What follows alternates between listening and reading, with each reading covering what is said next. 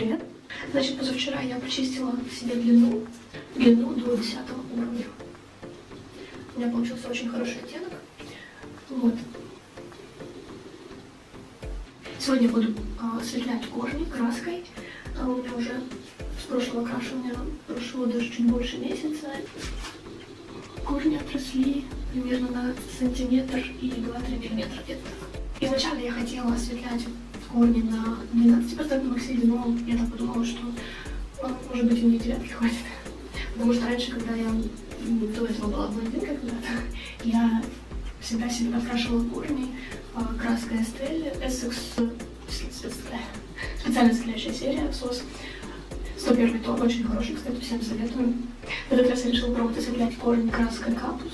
У меня в данном случае оттенок 901, осветляющий крепень, то есть единичка это нюанс. И я приобрела оксид 12% изначально. Ну, также у меня есть тройка. Вот она. И я буду смешивать пропорции так, чтобы получилась девятка. Краситель Капус обычная серия смешивается 1 к 1,5. Но суперблонды, осветляющие, которые 900, 901, и вот все с такими циферками, они смешиваются 1 к 2. Это очень важное условие, его нельзя нарушать. Вот тут даже написано в инструкции. Ну, это не инструкция, в смысле на коробочке. Также внутри коробочки есть полноценная инструкция, там текст написан. Потрошить не буду, у меня есть инструкция с другой краски. Я вам покажу сейчас.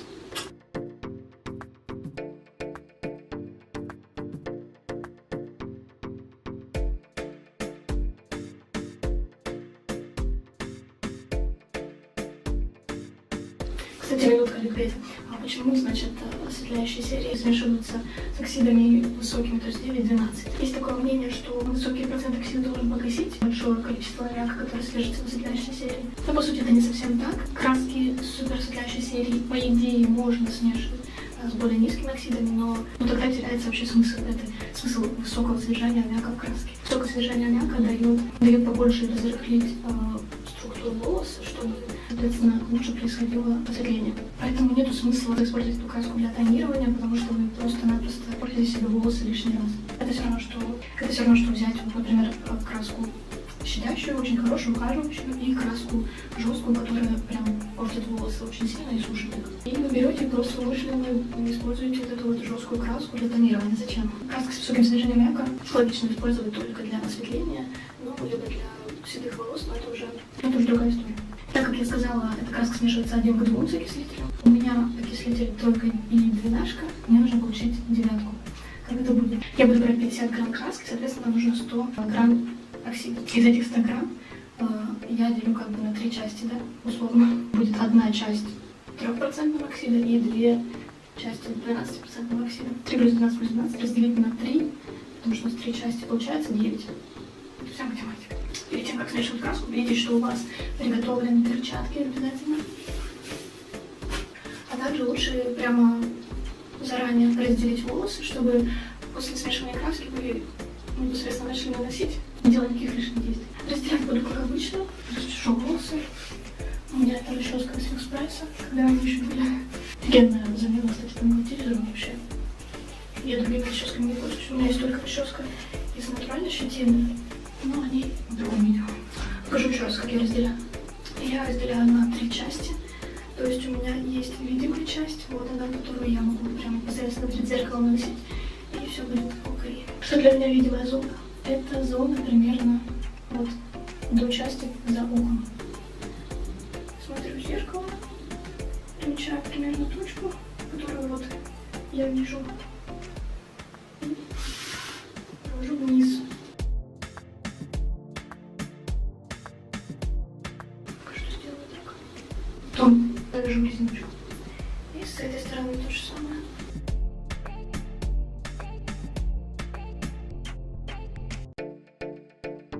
Что-то я изначально хотела резиночки использовать, сейчас думала, нафиг, что просто так. Так, что у нас сами? Сами у нас выглядит так все. Ну все, буду смешивать краску. Намешала свою красочку миксером. Очень красиво получилось. На краска на венчиках облупилась после порошка, потому что я не сразу его почистила с них. Поэтому сейчас, когда я взбила все миксером, я шла и быстро сразу же смыла всю краску с металлической части.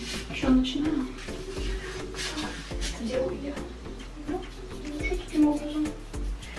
Беру и наношу просто на ощупь.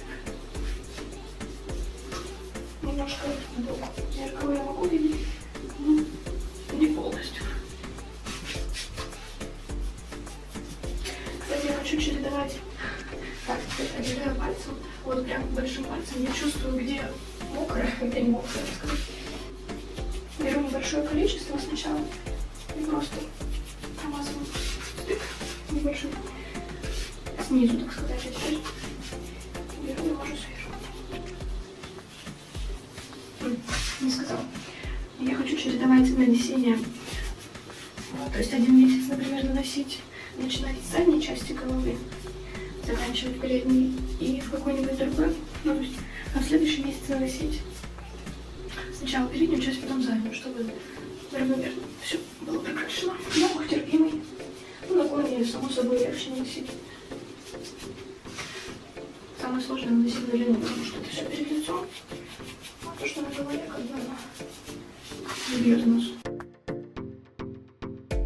Я особо переживаю по нанесению, потому что я потом массирую пальцами всю массу углублений. Я представляю, что сзади полная жесть, поэтому я прошу не ругаться. Я так красилась лет 7, наверное, сколько мне было блондинкой в прошлое время. И все было всегда прекрасно, никаких проблем.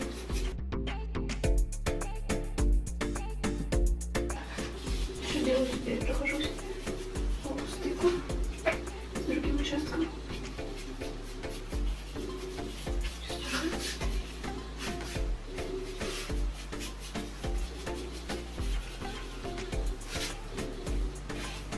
Теперь беру немножко краски вот так вот. И прям как бальзамчик массирую. Массирую. Я прям чувствую, что прям все это волосы беру, пропитались.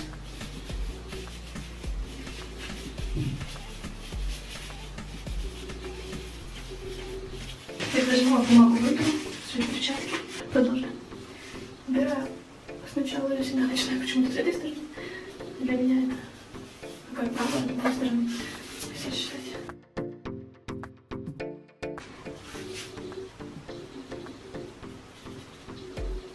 Здесь уже все прекрасно видно.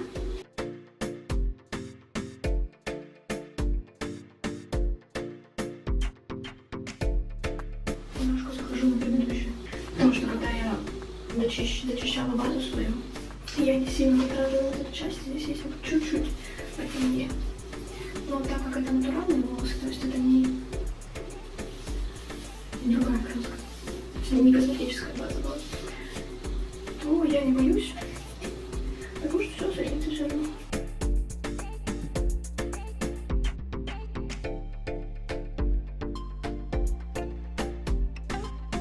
Делаю пробор где-то 0,7 сантиметров.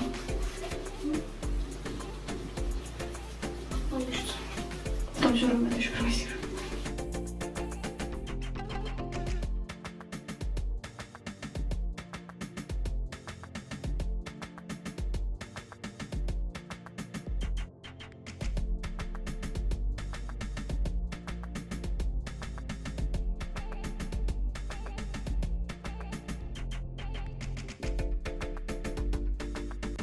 Голову вообще не жжет, вот ни капли.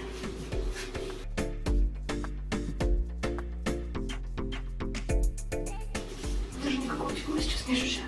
Тепло, конечно, может пойдет потом, но с области уха делаю примерно вот так. Не особо тоже церемонюсь. Это уже коннектор с прошлой базой, с прошлой зоной. Так, все.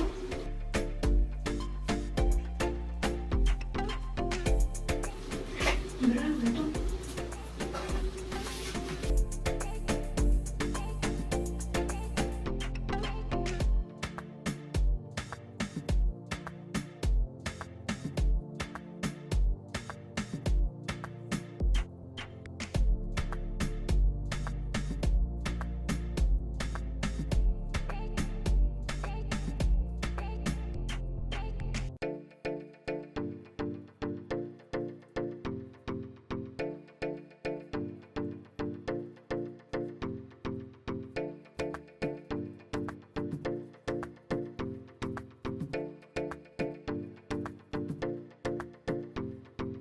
Если у кого-то волосы прям конкретно густые, то лучше делать меньше пробора. У меня они не сильно густые, поэтому я делаю пробор где-то в сантиметр спокойно.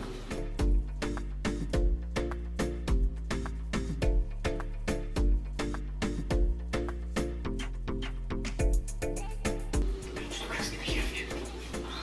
Краски много. Сейчас буду доносить. В следующий раз возьму где-то 30 мл, или 40 мл. 30 грамм. Реакция уже идет.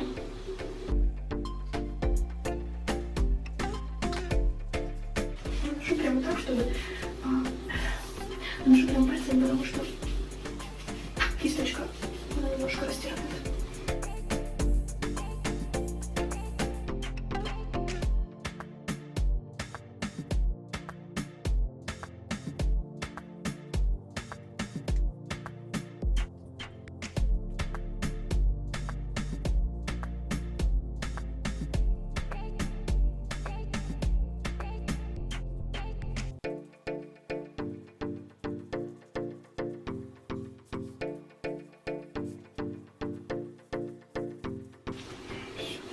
Краски у меня осталось прям очень много еще. Все, засекаю. 50 минут.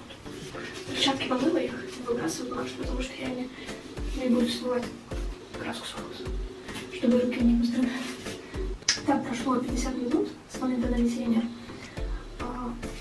Мне кажется, что все будет окей. Единственное, за что я переживаю, что у меня были небольшие кусочки такие, которые были чуть-чуть темнее. Корни, конечно же, осветлились, но мне кажется, что все вообще ништяк. Сейчас я водой немножко подамулькирую волосы и, наверное, не за головой как бы ванной, так как повесю, минутку-две. И уже после этого буду смывать. То есть обязательно все это делаю в перчатках. Итак, смыла я все, значит, с волос. Сначала водой, потом вот таким шампунем, как для окрашенных волос. У него pH 4,5, он идет с пантенолом и кератином в составе. Хорошенько все вспенила. Выдержала где-то минутку, наверное, потом я взяла, нанесла мою любимую маску Style Cures для поврежденных волос. У нее вот такая консистенция, очень-очень плотная. Наверное, как если взять кокосовое масло, в состоянии, когда оно не супер твердое, как в морозилке, а вот уже такой кремовой консистенции становится, то есть белое, но не супер твердая, но и не жидкая. Очень плотная текстура, но в этом и плюс, потому что она очень экономичная. Короче, намазала на все волосы и прям поверх маски нанесла бальзам капус для окрашенных волос. Тут уже pH 3,2, то есть это прям конкретно кислая среда. Кислая среда нужна для того, чтобы остановить реакцию. Вот в прошлый раз я когда-то пользовалась просто бальзамом, разобранным с небольшим количеством уксуса, но все это прям было профессиональное средство. Вот в этой части волос я вижу, что у меня еще остались остатки такие с прошлого тонирования, поэтому они кажутся чуть-чуть темнее. Ну, я напомню, что у меня длина не натонированная, то есть после порошка я еще не трогала ее. Я решила сначала сотереть корни, а уже потом полностью по всей длине вместе с корнями пройтись краской. Маску с бальзамом я буду выдерживать минут 10, наверное, потом смою, засушу. Естественно, путем. Я не буду сушить. Ну все. Значит, все. Спешу поделиться результатом. Волосы у меня еще кое-какие немножко влажные, но тут все высохло.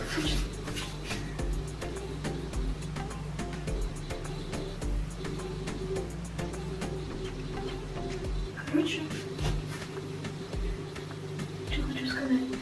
При пристальном рассмотрении видно, что у корней есть небольшая золотинка, но при этом кто-то бесконечно никогда не смотрит. Поэтому считаю, что ее нет. Ну, причем у корня всегда же свежий волос, да, то есть он молоденький. И там пигмент немножко по-другому ходит, поэтому... И, в принципе, здесь тень. У нас у корней всегда объем, поэтому он создает небольшую тень. На самом деле все светлее, чем кажется. Кстати, забыла отметить, что когда смывала краску, еще когда водой именно смывала, волосы были очень мягкие, приятные, то есть вообще никаких нареканий. Даже когда шампунем было, все было просто шикарно. Они не были такими, как после бальзама, прям после маски, но как после такого сладенького бальзама, например, такой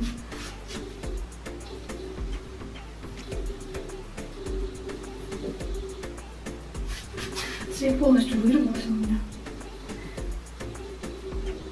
По идее, у меня даже были уже большие корни. Нужно было красть недели на 2 раньше или на 3. В следующий раз буду корни красить, наверное, недели через 3.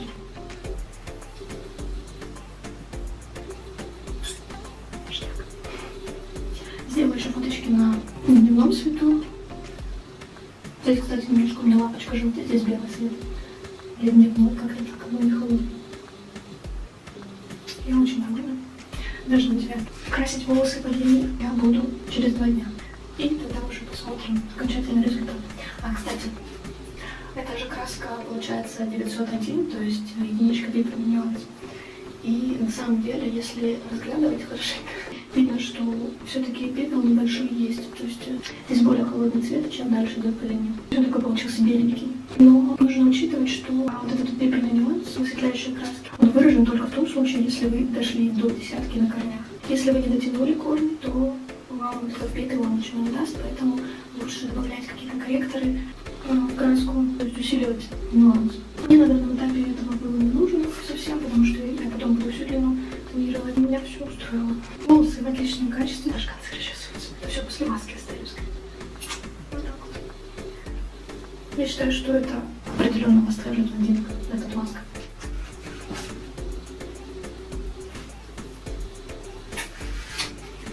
Все, ждите следующий видос. Забыла добавить еще один момент.